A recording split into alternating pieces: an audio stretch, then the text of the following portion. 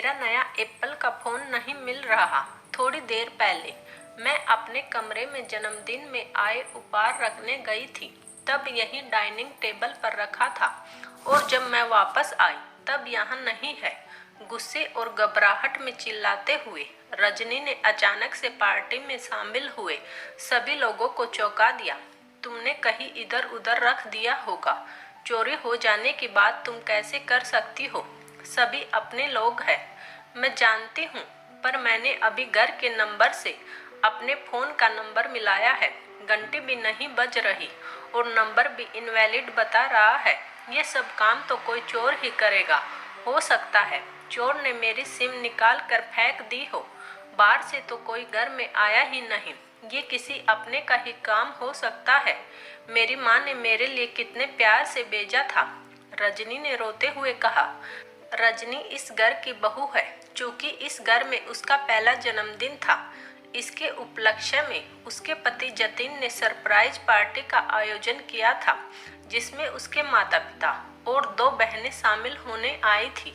वही रजनी के मायके से उसकी भाभी को बच्चा होने वाला है, इसलिए माता पिता की जगह बाई ही आया था, जो थोड़ी देर शामिल होने के बाद जल्दी ही निकल गया। जिसके जाते ही रजनी ने हंगामा शुरू कर दिया था। बहू, क्या तुम मेरी बेटियों पर इल्जाम लगाना चाहती हो कि उन्होंने तुम्हारा फ़ोन चोरी किया है? अरे, उन्हें चोरी करने की क्या ज़रूरत? ऐसे 10 फ़ोन तो वो खुद खरीद सकती हैं। दोनों के ही पतियों का अच्छा खासा व्यवसाय है, संपन्न घर में ब्याह कर गई हुई हैं। मुझे तो लगता है कहीं तुम्हारा भाई ही तो फ़ोन वापस नहीं ले गया। ससुराल में दिखावा भी हो गया और गिफ्ट वापस भी साथ ले गया। मालती जी ने बीच में आकर कहा। बिल्कुल सही कह रही हो माँ आप, और सिर चढ़ाओ अपनी बहू को। देख लिया, आपकी ही बेटियों को चोर बना दिया। छोटी वाली ननद ने आंखें तैराते हुए कहा। वहीं बड़ी ननद ने बात को संभालते हुए रजनी के कंधे पर हाथ रखा। भाभी, घर की चीज घर से कहीं नहीं जा सकती। एक बार हम सब मिलकर वापस ढूंढ लेते हैं, शायद यहीं वापस मिल जाए। दीदी, मैंने सारा घर देख लिया। मुझे अब नहीं रहना इस घर में जहाँ सभी लोग चोर हैं। मैं अलग रहना चाहती हूँ, और फिर मेरा पति अच्छा खासा कमाता है। मैं क्यों सास ससुर और आप जैसी नंदों की गुलामी करूँ? रजनी गुस्से में कहे चली जा रही थी। तभी ननद के छोटे वाले बेटे ने पलंग के गद्दे के नीचे छुपे हुए फ़ोन को सभी के सामने ला कर दे दिया। अच्छा, तो ये सब इसलिए किया जा रहा है क्योंकि तुम हम बूढ़े सास ससुर को अपने साथ नहीं रखना चाहती। मेरी बेटियां, उनकी खुशियां तुझसे देखी नहीं जाती। अरे, अलग ही होना था तो वैसे ही हो जाती। इतना सब नाटक करने की क्या ज़रूरत है? मालती जी आंखें निकालकर रजनी के ऊपर चढ़ बैठी। क्यों ज़रूरत क्यों नहीं? आखिर मैं कब तक अपने सास ससुर की गुलामी करूं? अलग रहने में जो मज़ा है वो सभी के साथ कहाँ? और फिर 100 बहाने होते हैं अलग होने के, एक ना एक तो काम कर ही जाएगा। आखिर कब तक यूँ हर दावत में मुझे इन सब लोगों को झेलना होगा? अपनी भी कोई पर्सनल जिंदगी होती है। रजनी ने अपनी चोरी पकड़े जाने पर आंखें चुराते हुए कहा। रजनी, खबरदार! जो एक शब्द भी अब और कहा, बहुत हुआ तुम्हारा नाटक। इतनी देर से मैं कुछ बोल नहीं रहा तो इसका ये मतलब नहीं कि तुम कुछ भी मेरे परिवार के खिलाफ बोले चली जाओ। हाँ छोटे, तू बिल्कुल सही कह रहा है। अभी की अभी इसे इसके मायके वापस भेज दे। अभी हम पर चोरी का इल्जाम लगाया है, कल को कोई और बड़ा इल्जाम लगा दिया तो हम कहाँ जाएंगे? छोटी बहन एक बार फिर ताव में थी। कहाँ जाएंगे? छोटी, जैसे तूने अपनी ननद पर चोरी का इल्जाम लगा, उसका मायके आना बंद कर दिया है, हमारा भी मायके आना बंद हो जाएगा।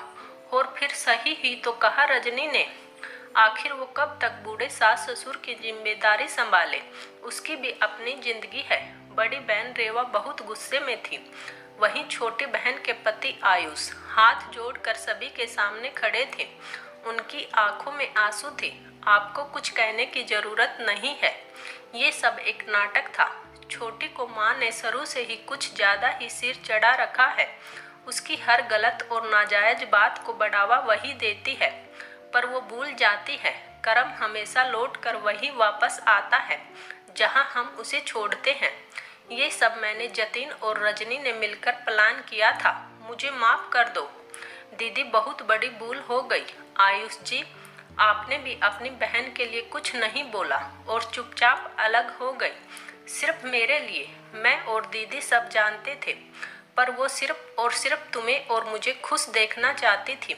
शायद बड़ी बहन का प्यार ही ऐसा होता है, इसलिए उन्हें माँ का दर्जा दिया जाता है। सही कहा आपने, और भाभी भी माँ के समान ही होती है। रजनी भाभी, आगे से आपको ये सब करने की जरूरत नहीं पड़ेगी। आपको आपकी ननद की फिर कभी कोई शिकायत नहीं मिलेगी। ये सब मेरे ही लाड प्यार का नतीजा है। एक पल को तो मेरे नीचे से जमीन ही खिसक गई थी। कभी सोचा ही नहीं कि समदंजी की क्या हालत हुई होगी। माँ, अब सब ठीक हो गया है। छोटे को भी अपनी गलती का एहसास हो गया है। चलिए अब केक काटते हैं। देर आए दुरुस्त आए, क्यों ठीक कहा ना।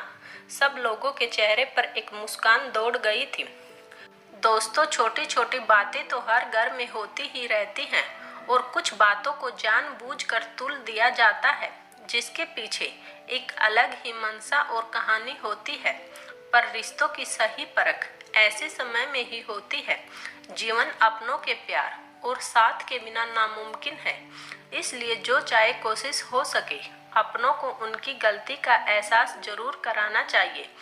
कभी कभी हम स्वार्थवश या मोहवश सही गलत भूल जाते हैं, पर भूल कर भी जो अपनी गलती सुधार ले वही सच्चे रिश्ते निभा भी सकता है और बना भी सकता है। आप मेरी इस बात से कितना सहमत हैं? अपनी राय कमेंट में जरूर बताएं। साथ ही वीडियो को लाइक और चैनल को सब्सक्राइब भी करें। धन्यवाद।